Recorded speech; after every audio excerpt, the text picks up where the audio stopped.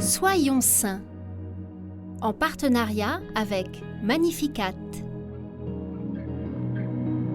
Nous souhaitons une bonne fête aux Bérénice et aux Véronique.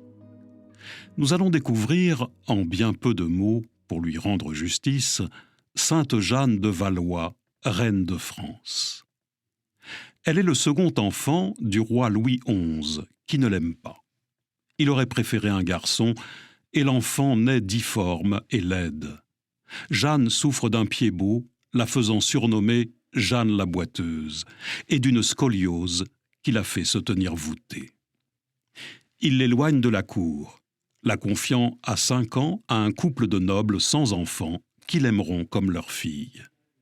Toute petite, Jeanne voue un grand amour à la Sainte Vierge Marie, qui lui parle ainsi dans son cœur à 6 ans. « Avant ta mort, tu fonderas un ordre religieux en mon honneur. » Mais le roi la marie à 12 ans à Louis d'Orléans, qui ne lui adresse pas un regard le jour des noces et cherche immédiatement à faire annuler ce mariage. Malgré de nombreuses humiliations, Jeanne ne se plaint jamais. Après la mort de son père, son frère décède prématurément. Le mari de Jeanne, Louis d'Orléans, est sacré roi de France en 1498, et la même année, il parvient enfin à faire annuler son mariage. Jeanne reçoit le titre de duchesse de Berry et part s'installer à Bourges.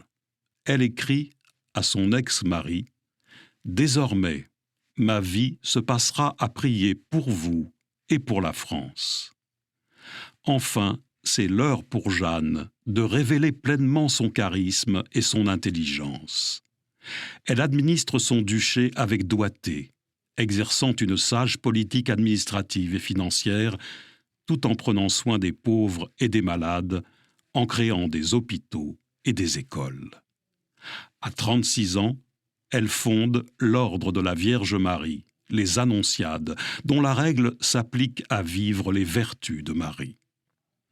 Sainte Jeanne de France recommande d'être patient dans les difficultés et rempli de paix envers son prochain, nous appliquant à ne jamais avoir de paroles qui blessent ou qui critiquent.